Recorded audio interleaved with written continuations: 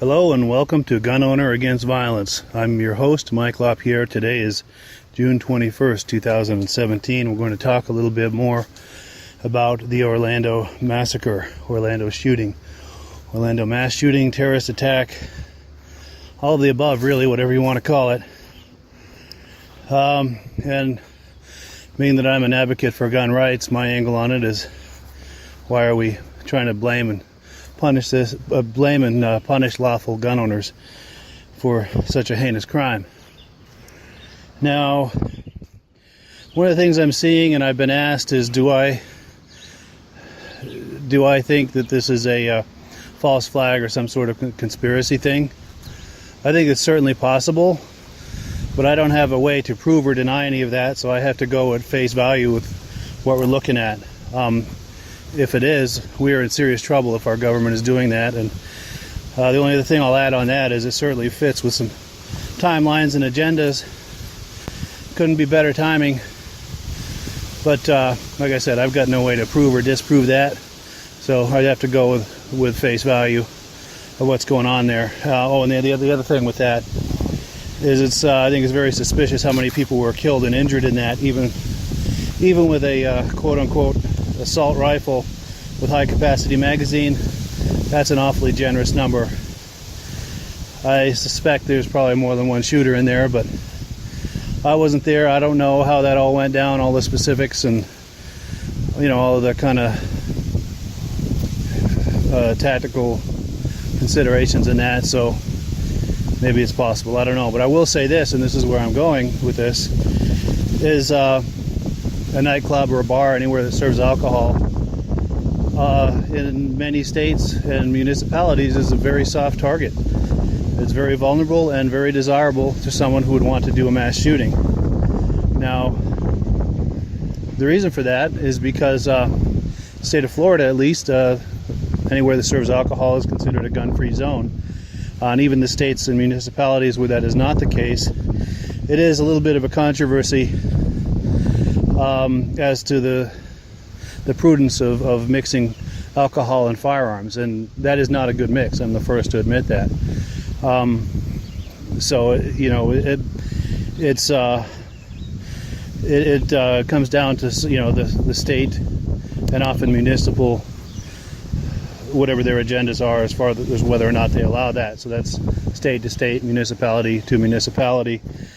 But that having been said, it's pretty darn rare for something to happen where a lawful gun owner is in there, an establishment like that, and someone being wrongfully shot. Wrongfully meaning that it's not a lawful case of self-defense. So whatever your opinion is on whether or not that should be allowed or not allowed, lawful gun owners are pretty good about exercising restraint when they're carrying a firearm lawfully in a drinking establishment and not going too crazy with the drinking while they're carrying. And I applaud them for that. That shows yet another example of how responsible lawful gun owners are en masse. Now, let's talk about gun-free zones for a moment. That's proven to be an utter and complete disaster. Almost all mass shootings happen in them, and they're just a place they're places that are unbelievably vulnerable to a mass shooting or for a robbery or just about anything illegal to happen. It sends a message to violent criminals that this is a great place to do this. You're not going to be met with any resistance. So outside of bars, nightclubs, and places that serve alcohol, I am all for lawful people being able to carry firearms, open or concealed, whatever the laws are in that state or municipality and whatever the person's preference is. I personally prefer concealed over open carry. I think open carry there's a lot of drawbacks to it, tactically and otherwise. But that's a person's choice, and open carry is very common in a whole lot of states. It's legal in the state I'm in right now, Vermont, and other states I've lived in, Arizona. And it's rare for that to go badly. But lawful carry of a firearm is very much misunderstood and remains a very controversial topic. A lot of people out there have never been around firearms and cannot imagine why anyone would possibly want to own one or carry one on them, openly or concealed in a public place. I get that, I understand that. That's a freak out factor for some.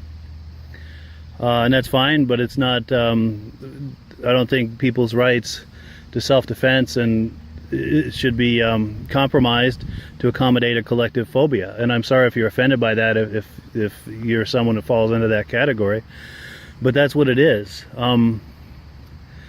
You've got absolutely nothing to fear from lawful carriers of firearms.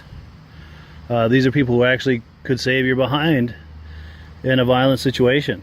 If you're getting raped or robbed or carjacked or whatever's going wrong, a lawful carrier of a firearm could very well come to your rescue and save your life and the life of your loved ones.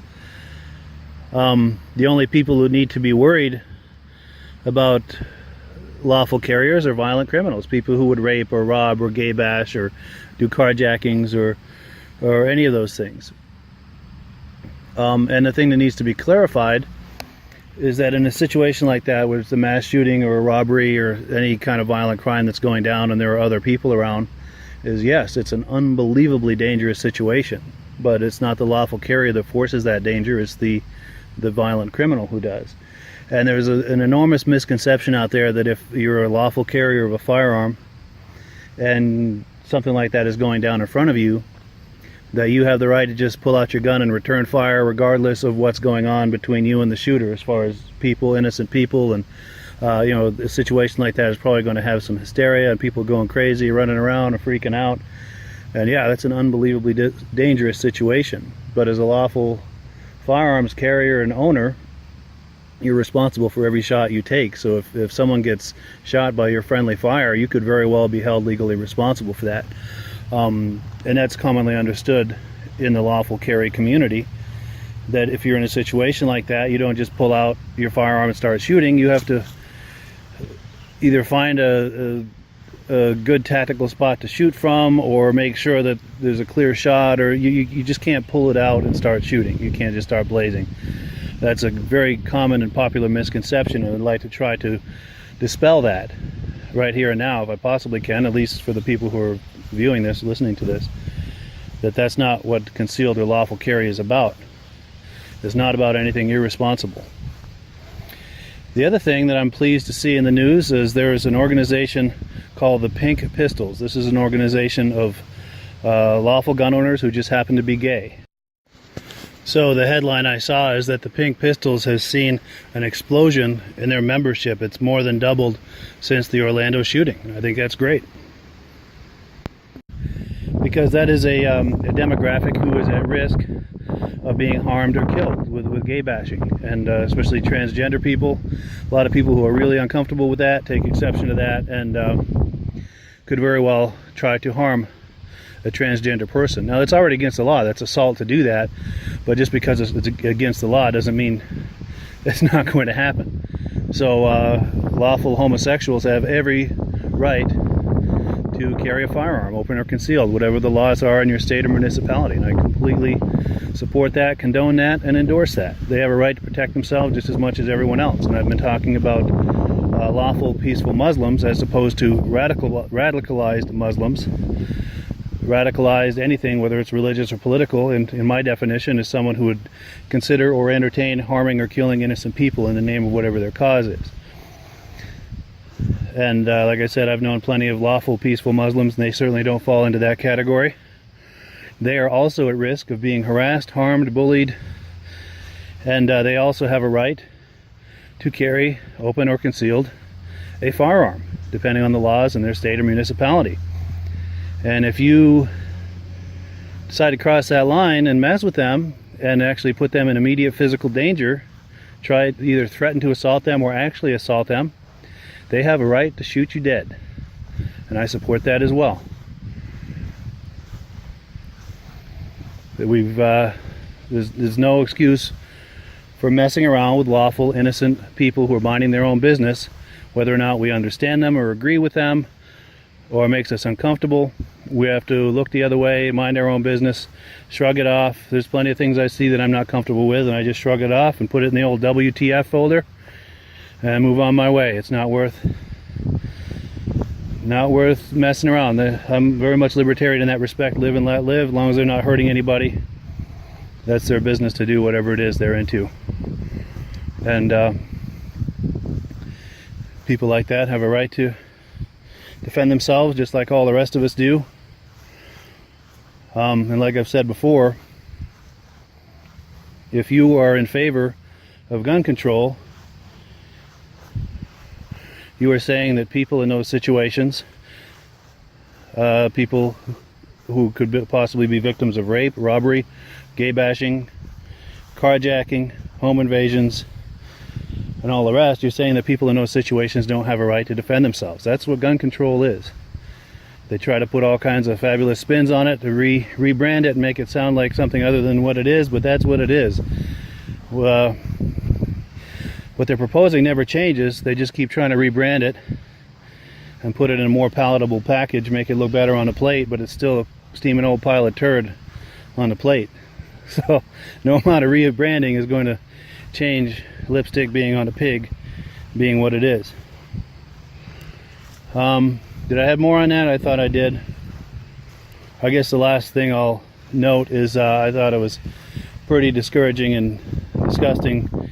I caught a headline this morning. Apparently they started to have funerals for the victims of the Orlando shooting, and apparently the Westboro Baptist Church, from the headline I saw, is active at trying to protest their funerals. And whatever your feelings and thoughts are about homosexuality, that's just not the time or the place to do something like that.